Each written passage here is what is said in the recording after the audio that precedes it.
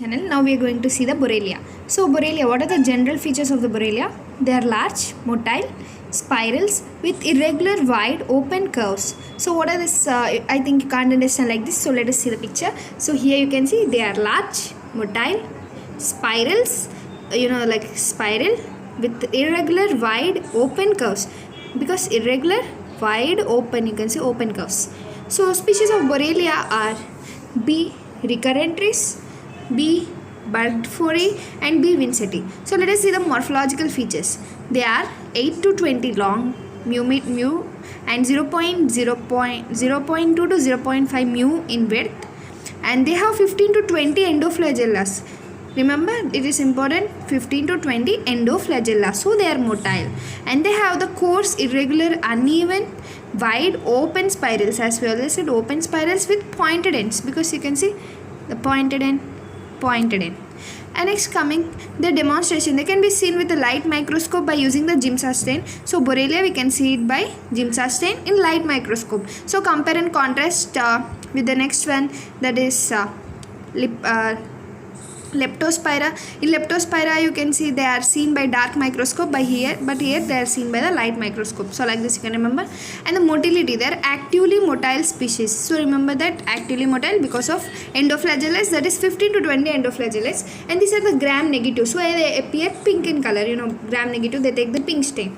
And coming to the pathogenicity, which is important, there is the B. recurrentris, B. duttonii and a few other species cause relapsing fever. So you can see recurrent means again recurrenting, so it's causing relapsing. What is relapsing fever?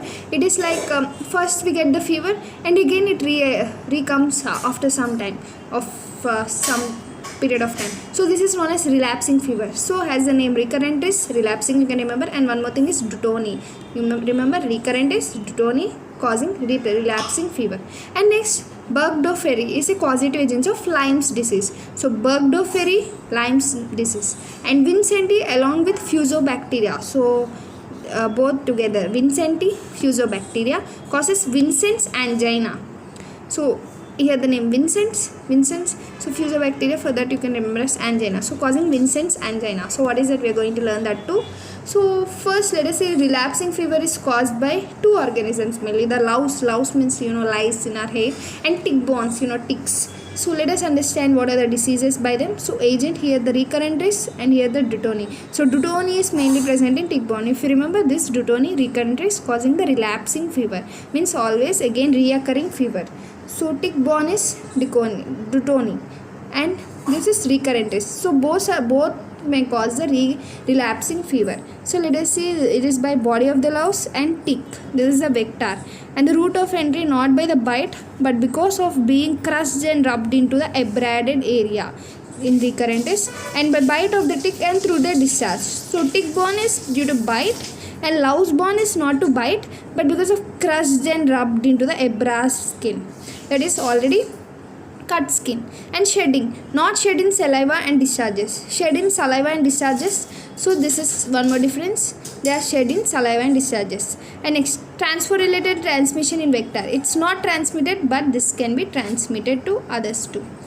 And next, clinical features, this is epidemic and more severe, louse borne, and this is endemic and less severe. Endemic only for the particular region, so less severe, but it's epidemic, that is over the countries, so it is more severe. And coming to the clinical features, after incubation period the patient gets fever of sudden onset, and febrile period lasts for 3 to 5 days. Febrile means extreme weakness for up to 3 to 5 days, followed by a febrile period of 4 to 10 days. So as I said, first 3 to 5 days it comes, and again after that 4 to 10 days. So this is a relapsing fever, and after that another bout of fever sets in 3 to 10 days. So relapsing fever. So first again let us understand, after incubation period patients get fever of sudden onset, suddenly it comes, and febrile period, that is weakness for 3 to 5 days, and again followed by afebrile period.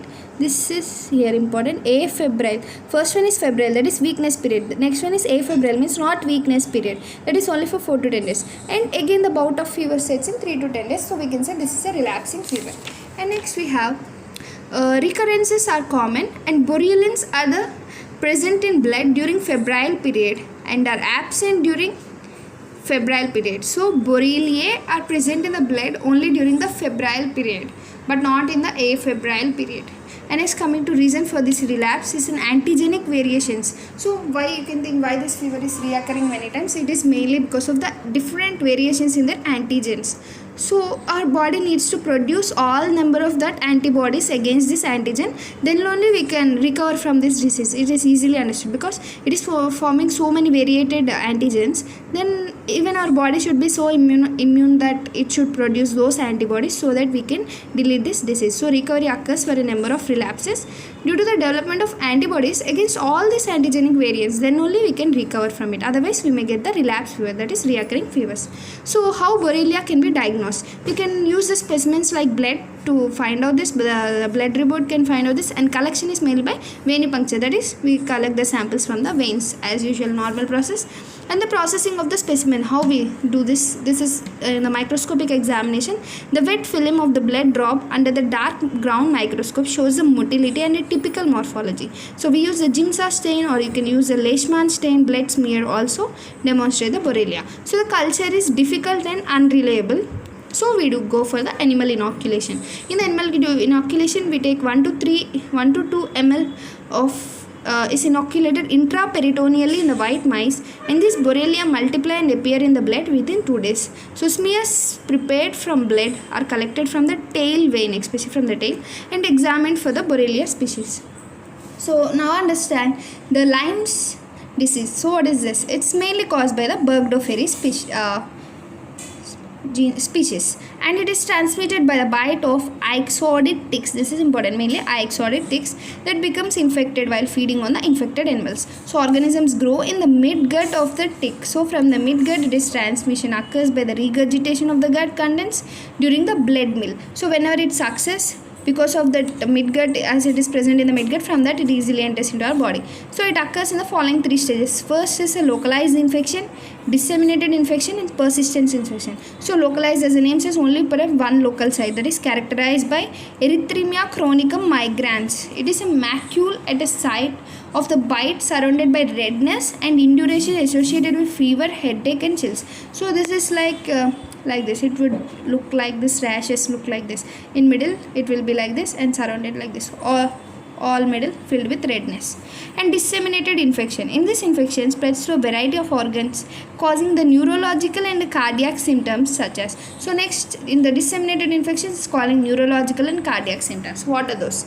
Like meningitis causing headache, encephalitis causing myopericarditis, and peripheral neuropathy causing the heart failure.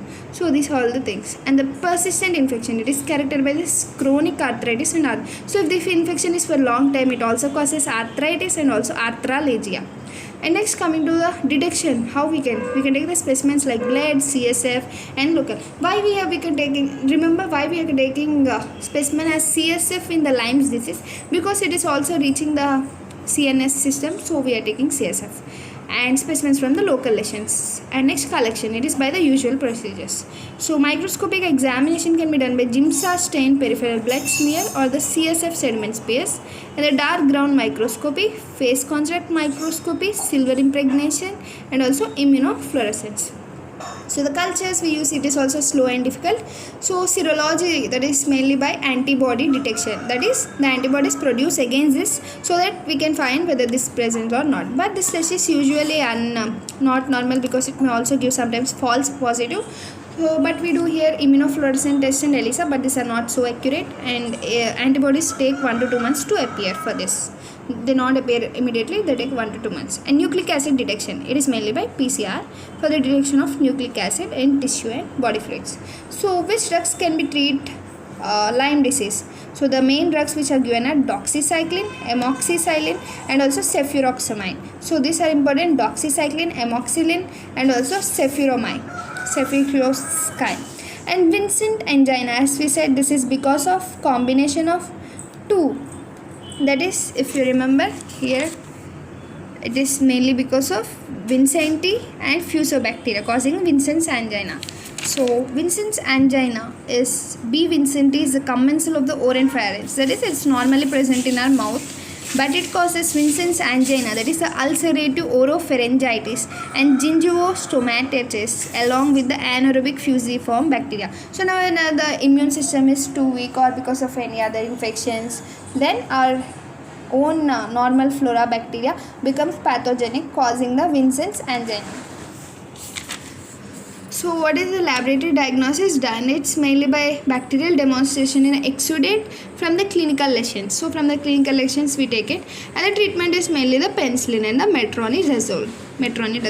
So penicillin and metronidazole are given for the Vincent's angina. So this is all about Borrelia and its cause.